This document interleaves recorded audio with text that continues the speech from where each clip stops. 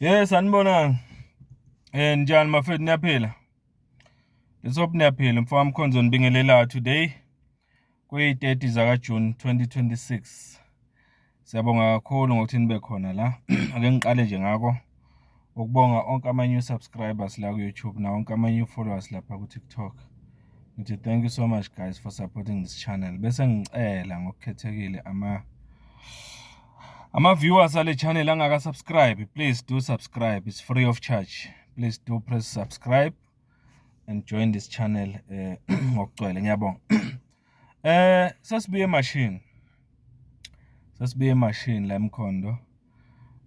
Ngabe wena lapho ukhona kuhambe kanjani indaba yemashi against illegal immigration? Cha, ngapha kithi eMkhondo ihambe kahle kakhulu. Siphethe nje kahle kungekho konakele. Memorandum ishiwe, ivideo ngiyipostile la, mhlawumbe abanye beni sebeyibonile. Sibonga nje kakhulu. Sithembe nangapho ngakini kuhambe kahle kakhulu. Ivideo engiyenza manje iqondene nawo ngqo le ndaba yemashi. Empeleni iqondene ngqo nendaba engiyibona isusa umsindo einkundleni zokuxhumana, indaba yokuthi izolo uPresident Ramaphosa ube ne-meeting ebusuku noPhakela uMthakathi noNgizwe Mchunu in the absence of i-leader ye-March and March, umama uJacinta Ngobese Zuma. Isusa umsindo ke lento, especially after omunye wama supporters noma ama followers kaMama uJacinta Ngobese ku Facebook ebuza umbuzo ukuthi kule meeting yayizolo nepresident beyimayelana nani. Yilapho ke kusuke khona umsindo mangabe ephendula umama uMangobese Zuma ethi akazi lutho ngaleyo meeting, ebengekho nayo uyibone nje kuma socials. Hayi ke iyona ke lento evele ya divide South Africa ke leyo. Iyona ke into ebese divide South Africa. Kwaba khona ke abaphawulayo ukuthi uNgizwe noPhakela uMthakathi babonisa ubuxoko obukhulu.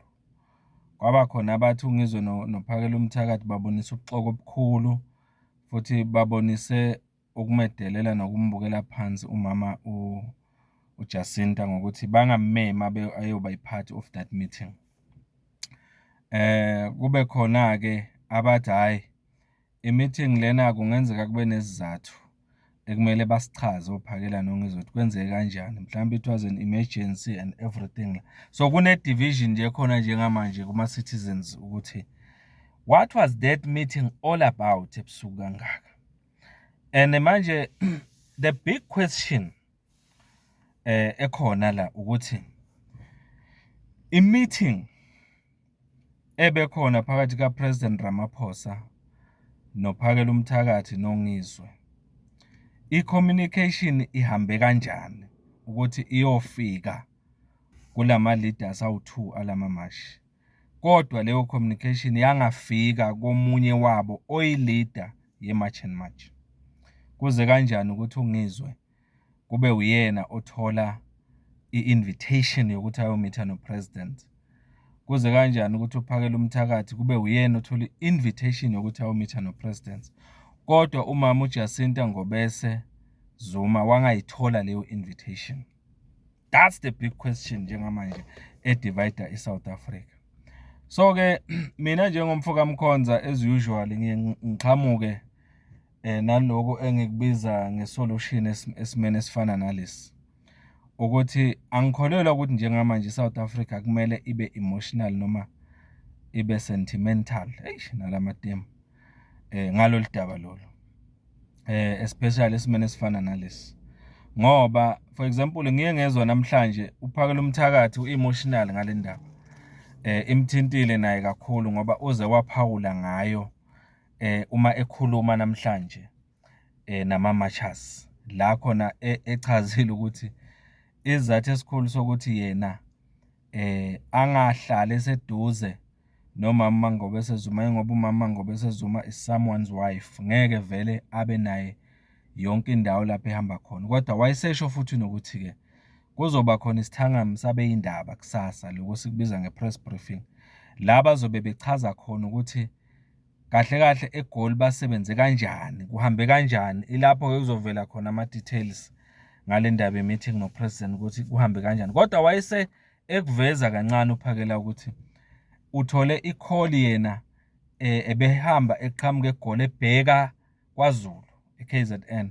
Uthe mayese Standerton wathola i-call yokuthi upresident uyafuna ukukhuluma naye, akajike abuyele emuva eGauteng. Nangempela kujikile wabuyela, kodwa akachazanga ama-details ngendlela ayibeke ngayo. Uthe okuningi kuzovela kwi-press briefing ezoba khona kusasa nge-1 July, la bazobe sebechaza khona-ke ama-details and everything. Besingakezwa lutho-ke okuvela kumama uJacinta Ngobese Zuma ngalolu daba, ngaphandle nje kwaleya response yaku-Facebook kuloya ebebuzela lapha kuma-followers ukuthi what was the meeting all about. Sisalindele ukuthola ama-details, naye achaze umama Ngobese Zuma ukuthi kuhambe kanjani and yena uyibuka kanjani le ndaba yokuthi azange abe part of leya meeting ne-president. Indaba enkulu-ke le ekhona njengamanje kuma-social media. Ngithini-ke mina njengomfoka Mkhonza? Ngithi mina ngokwami yes, lolu daba lolu selivele lukhona, angeke sisalibalekela, kodwa ake sibeke eceleni ama-emotions, sibe patient. Umbono wami, sibe patient, silinde i-media briefing yakusasa. Engikholelwa ukuthi leya media briefing mhlawumbe izoba i-joint briefing lapho mhlawumbe bazobe behlangene khona bonke, asazi. Sikholelwa ukuthi mhlawumbe bazobe behlangene bonke, uNgizwe, uPhakela nomama uJacinta. Lokho futhi bengaba kuhle kakhulu, engathi bebangaba nayo nje leyo majority, babe nayo lo mbono ukuthi le briefing ezoba khona kusasa bayenze ndawonye kanye kanye. Yayibona, ngiyafisa ukuthi kube kanjalo futhi bavuleleke ekuthaneni bakhona ukuphendula imibuzo ezoba khona kuleyo briefing, kuze ama-South Africans akhone ukucaciseleka kahle, ngoba njengamanje kunabantu abakholelwa ukuthi leya meeting ka-president noPhakela noNgizwe iyasolisa, khona sebesho bathi hayi bekune-brown envelope. Kungenzeka upresident laphiyana kukhona okuyigiftanyana beyonika kona uNgizwe noPhakela in the absence of uJacinta, okungenzeka ukuthi-ke ngandlela thile bebayobetreya uJacinta Ngobese Zuma kuleya meeting. Abanye basho njalo, yayibona. So kuyafuna ukuthi clarify-ke lento. Engikholelwa ukuthi mina thina njengoba singabalandeli be-March and March, singama-South Africans, siyadinga ukwazi, kodwa asibe patient. Ngikholelwa ukuthi okunye nokunye ake sikuchaze noma sikukhulume noma sijaje after i-media briefing abazoba nayo kusasa. Ngokusho kwaPhakela sizokhona ukujaja into esesiyizwile from all involved parties, okuNgizwe, uPhakela noma Jacinta, okungama-leaders alama-march, sizokuthi bathini bona, and then-ke will judge from lapho kuya phambili. Singasheshi sifike ku-conclusion singakatholi onke ama-details.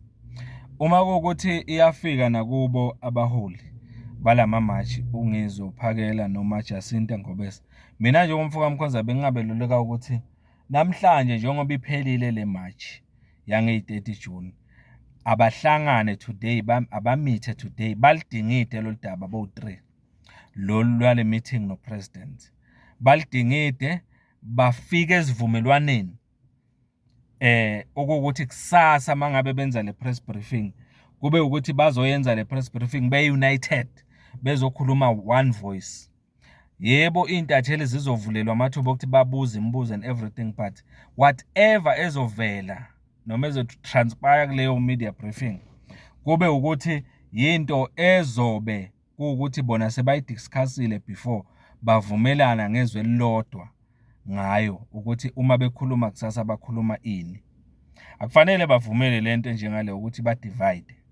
Into nje lena ekungafanele ukuthi ibe into eyiyona issue manje, baze bakhohlwe nento ebalekile abahlangane ngayo ngalelizwe esetafuleni. ngikholwa nje ukuthi abamithe today uma kuwukuthi kuzoba ne-press briefing kusasa, bese thina abanye asibe patient for a few hours nje silinde i-press briefing yabo kusasa ukuthi bazobe bethini, bese-ke siyakhululeka sijaje-ke after leyo meeting. Manje nje noma yena esiyikhuluma manje nalo ikhuluma lokhu naloku ukhuluma lokhu angeke kusize ngalutho bafethu. Izwe ilona njengamanje eliza kuqala. Ake siyeke ukubuka ukuthi ubani nobani wenzeni njengamanje. Asibuke kuphela lokho abazokusho kusasa. Engicabanga ukuthi i-chunk yako abazobe bekhuluma kusasa ukumayelana nale march beyenzeka namhlanje eSouth Africa yonke. Bese-ke kuba kuncane lokwe meeting abangasichazela kona, ngoba mina nje umfowami Mkhonza ngikholelwa ukuthi into ebaluleke kakhulu le ukuthi sesingaze siphakamise yona siyibeke lapha kube yiyona ebaluleke ukudlula izinto ezibalulekile okufanele basitshele zona ngokwenzeke namhlanje ngale march. Yiloko nje bengathi asibe patient kancane. Nami ngizoyenza ivideo after kwenzekile leyo press briefing akhulume ngayo Phakela, then ngichaze-ke lokhu nalokhu ukuthi mina ngiyibuka kanje. But nje for now ngizocela ukuthi ngingafiki ku-conclusion ngale ndaba ukuthi mina ngicabanga ukuthi i-meeting kungani yenzeke kanjeni. Ngifuna ukuthi siphawule after sesithole i-comment evela kuJacinta nakuPhakela noNgizwe officially kusasa. Yiloko mfowami Mkhonza lo. Ngiyabonga kakhulu bafethu. Ake siqhubeke sizwe wena uthini umbono wakho ngalolu daba la kuma-comments. Ngizwe ukuthi wena uyibuka kanjani le ndaba. But njengakusho asingabi emotional. Okubalekile yiloko okubahlanganisile kwasekuqaleni ukulungisa izwe. Asingathathi-ke attention yethu siyisuse entweni ebalekile, sinaka izinto ezingasho lutho eziseceleni ezingahle ziphazamisa umzabalazo. Uma kuwukuthi kunento serious ngalo daba le meeting na-president, bazositshela oPhakela noNgizwe ukuthi bey about what. Engicabanga ukuthi namhlanje kufanele bamnika ama-details uma Ngobese ukuthi bayithole kanjani i-communication yokuthi bahlangane no-president, and what was the agenda of that meeting, kuconclude kwathiwani and all that. Noma Ngobese anikwe ithuba lokuthi aphefumule futhi nakusasa ku-briefing aveze uma Ngobese ukuthi imphathe kanjani lento nokuthi ekugcineni kwako konke uPaul uthini after semithile nabo Ngizwe noPhakela. Yiloko nje bafethu, asibeni patient. Umfowami Mkhonza lo, asihlangane kuma-comments-ke. Ngicela uma ungaka-subscribe free of charge ukusubscribe, and it's free of charge ukufollow ku-TikTok. Ngiyabonga umfowami Mkhonza lo. Thank you so much.